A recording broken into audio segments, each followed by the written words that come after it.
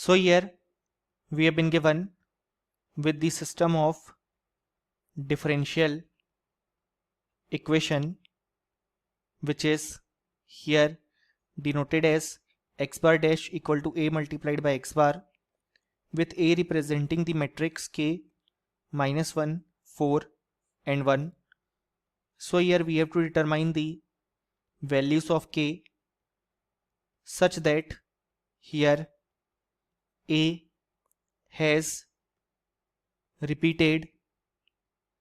eigenvalue here. So basically here we can write modulus of a minus lambda I is equal to 0, which means here we can write k minus lambda